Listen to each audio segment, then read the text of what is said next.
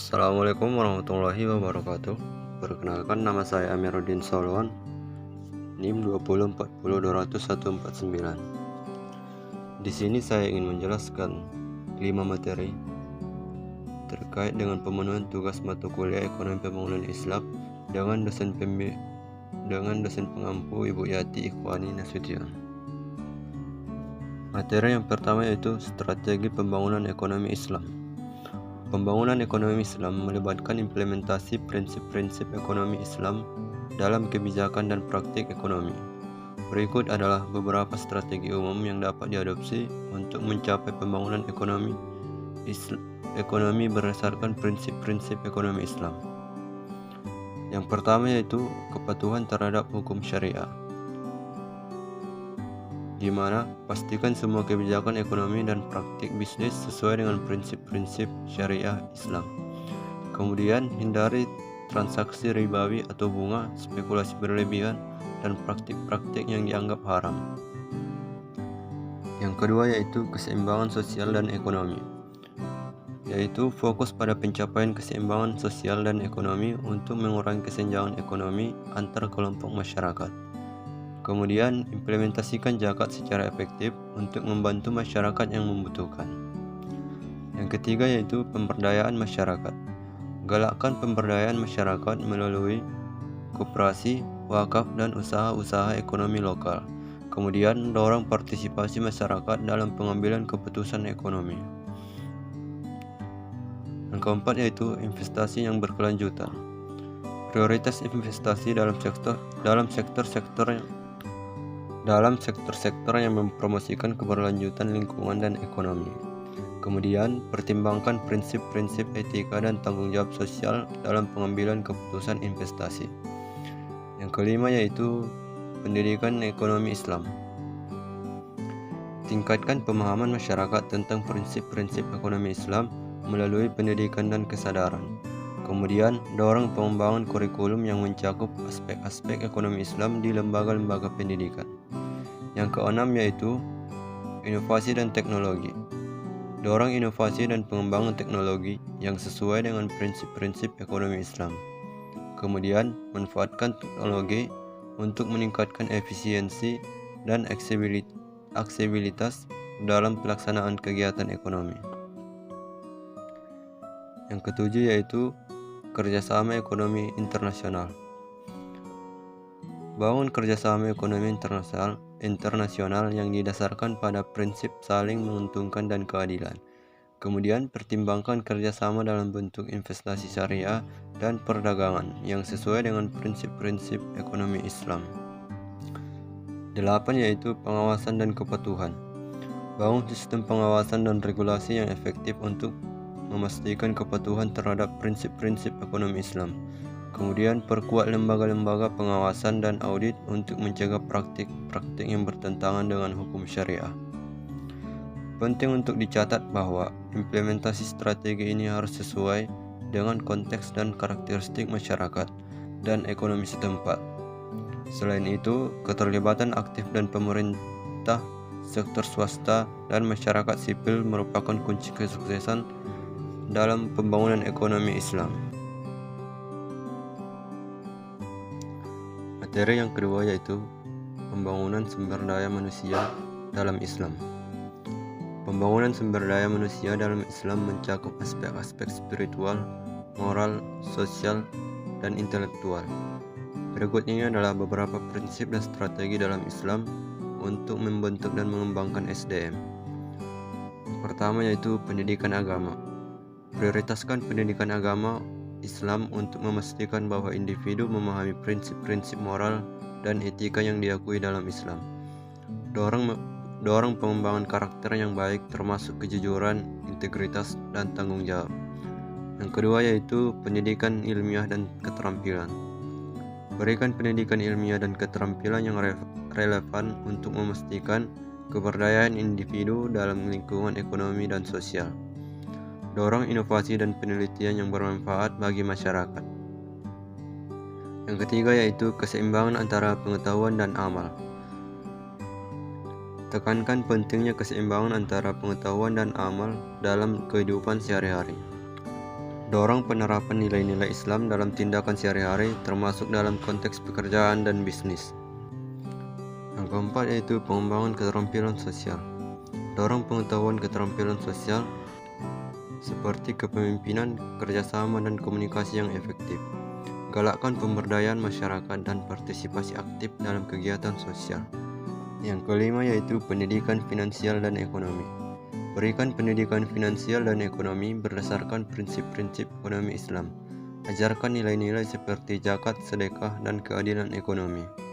Yang keenam yaitu pelatihan etika profesional.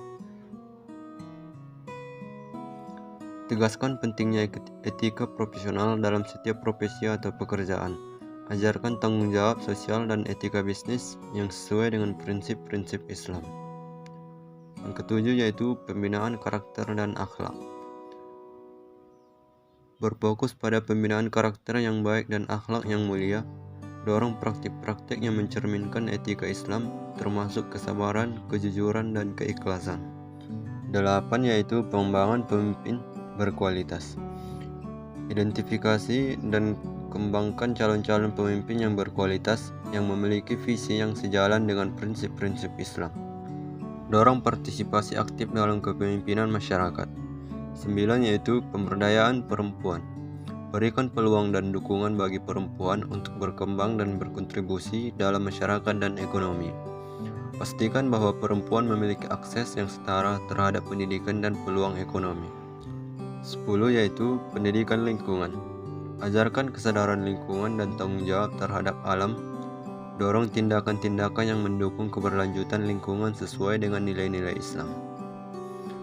Pembangunan SDM dalam Islam termasuk bukan hanya tentang peningkatan kapasitas individu, tetapi juga tentang pembentukan manusia yang berakhlak baik, bertanggung jawab, dan berkontribusi positif terhadap masyarakat dan lingkungan.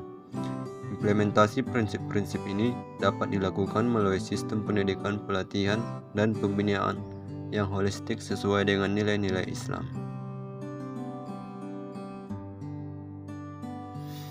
Materi yang ketiga yaitu alat ukur kemiskinan dalam Islam. Dalam konteks Islam, pengukuran kemiskinan tidak hanya berfokus pada dimensi materi, tetapi juga mencakup aspek-aspek spiritual, sosial, dan kemanusiaan. Beberapa alat ukur kemiskinan dalam Islam melibatkan pertimbangan aspek-aspek sebagai berikut. Yang pertama yaitu zakat dan infak. Pengukuran kemiskinan dapat dilakukan dengan memperhatikan sejauh mana masyarakat dapat memenuhi kebutuhan dasarnya melalui distribusi zakat dan infak. Jika banyak masyarakat yang membutuhkan bantuan zakat, ini dapat menjadi indikator kemiskinan. Yang kedua yaitu keadilan sosial. Evaluasi tingkat keadilan sosial dalam masyarakat dapat dijadikan indikator kemiskinan.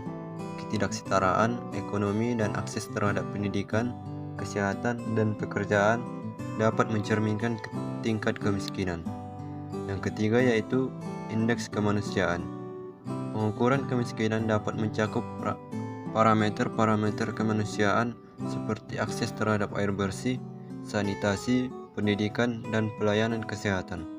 Indeks kemanusiaan ini memberikan gambaran lengkap tentang kondisi kehidupan manusia. 4 yaitu pendidikan agama. Pengetahuan dan praktik agama dapat menjadi alat ukur kemiskinan dalam Islam.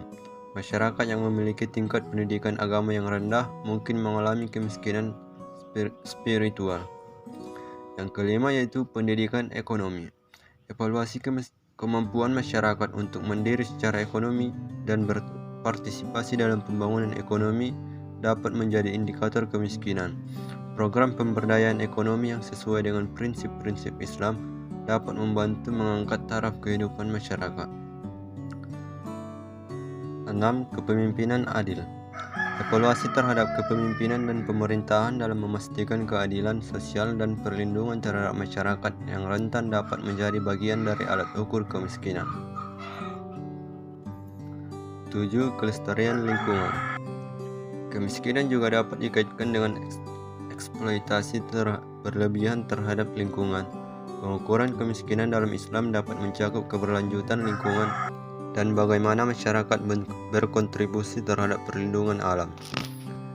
Kedelapan yaitu kepuasan hidup atau qanaah. Tingkat kepuasan hidup dan keberkahan rezeki dapat dianggap sebagai indikator kemiskinan dalam Islam. Kehidupan yang penuh dengan kebahagiaan dan rasa syukur dapat mengindikasikan kekayaan spiritual yang mungkin tidak tercermin dalam aspek materi. Pengukuran kemiskinan dalam Islam harus mencerminkan nilai-nilai etika, keadilan, dan kemanusiaan yang diajarkan oleh agama. Pendekatan holistik ini membantu memahami dan mengatasi akar penyebab kemiskinan dalam semua aspek kehidupan manusia.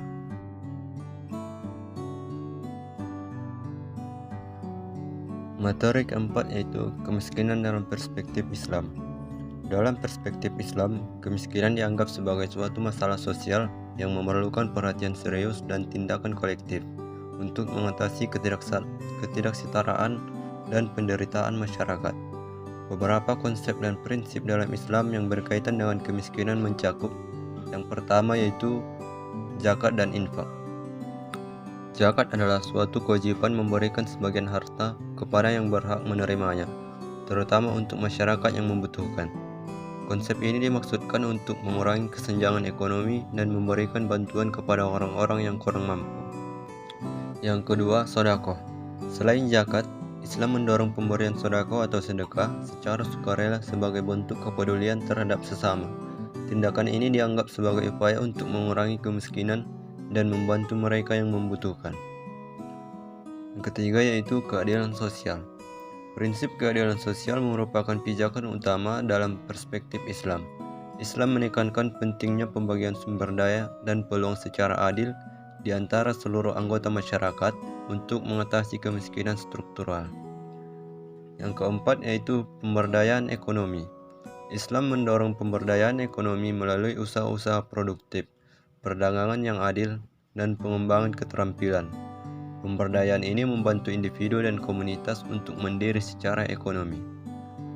Yang kelima, tanggung jawab sosial. Setiap muslim diingatkan tentang tanggung jawab sosialnya terhadap sesama. Membantu mereka yang membutuhkan dianggap sebagai bagian dari ibadah dan perilaku yang baik. Yang keenam yaitu keterampilan, pendidikan dan keterampilan. Islam menekankan pentingnya pendidikan dan pengembangan keterampilan sebagai sarana untuk meningkatkan kesejahteraan masyarakat. Pendidikan dianggap sebagai investasi jangka panjang untuk mengatasi kemiskinan. Yang ketujuh yaitu sikap qanaah atau puas hati. Islam menganjurkan agar individu bersyukur dengan rezeki yang diberikan Allah. Sikap qanaah atau puas hati dapat membantu mengatasi dorongan konsumtif yang berlebihan yang dapat menyebabkan kemiskinan. 8. Keseimbangan antara kekayaan dan kemiskinan. Islam menegaskan pentingnya menjaga keseimbangan antara kekayaan dan kemiskinan dalam masyarakat. Pengumpulan kekayaan yang berlebihan dan penelantaran mereka yang miskin dianggap sebagai perilaku yang tidak sesuai dengan nilai-nilai Islam. Pendekatan Islam terhadap kemiskinan mencakup dimensi material, spiritual, dan sosial. Islam tidak hanya mengajarkan pemberian bantuan secara langsung, tetapi juga menekankan pentingnya untuk pembangunan struktur sosial dan ekonomi yang adil dan berkelanjutan. Prinsip-prinsip ini membentuk dasar bagi upaya mengatasi kemiskinan dalam masyarakat Islam. Materi terakhir adalah pembangunan ekonomi dalam perspektif Islam. Pembangunan ekonomi dalam perspektif Islam mencakup prinsip-prinsip ekonomi yang sesuai dengan ajaran-ajaran Islam.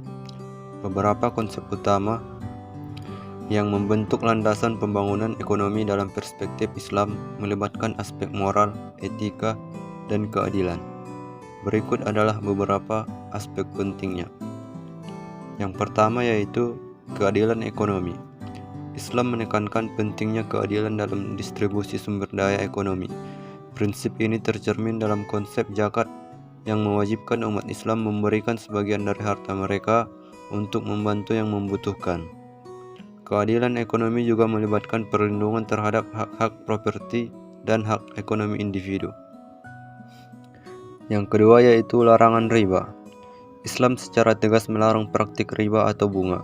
Larangan ini ditujukan untuk mencegah eksploitasi eksploitasi, dan ketidaksetaraan dalam transaksi keuangan. Sebaliknya, Islam mendorong konsep perdagangan yang adil dan berorientasi pada keberlanjutan.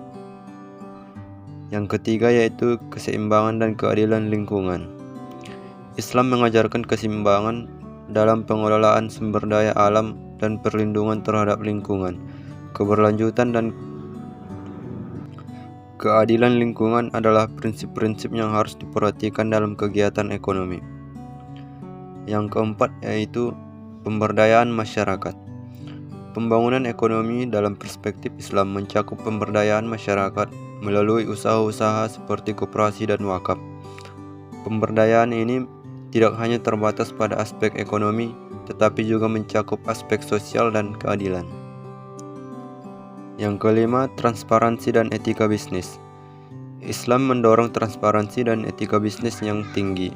Pelaku bisnis diharapkan untuk berlaku jujur, adil, dan bertanggung jawab dalam setiap transaksi dan putusan bisnis.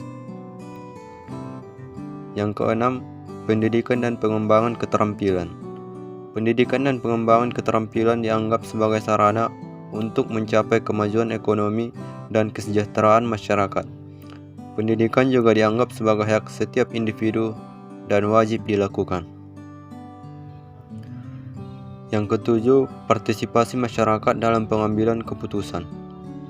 Islam mendorong partisipasi aktif masyarakat dalam proses pengambilan keputusan ekonomi. Prinsip masyarakat dan istikharah atau berunding diakui sebagai cara untuk mencapai keputusan yang adil dan berkelanjutan. 8. Penghindaran pemborosan dan konsumsi berlebihan. Islam mengajarkan umatnya untuk menghindari pemborosan dan konsumsi berlebihan. Sikap hemat, sederhana, dan berbagi dengan sesama adalah nilai-nilai yang ditekankan. Pembangunan ekonomi dalam perspektif Islam bukan hanya tentang pertumbuhan ekonomi, tetapi juga mencakup aspek-aspek moral dan sosial.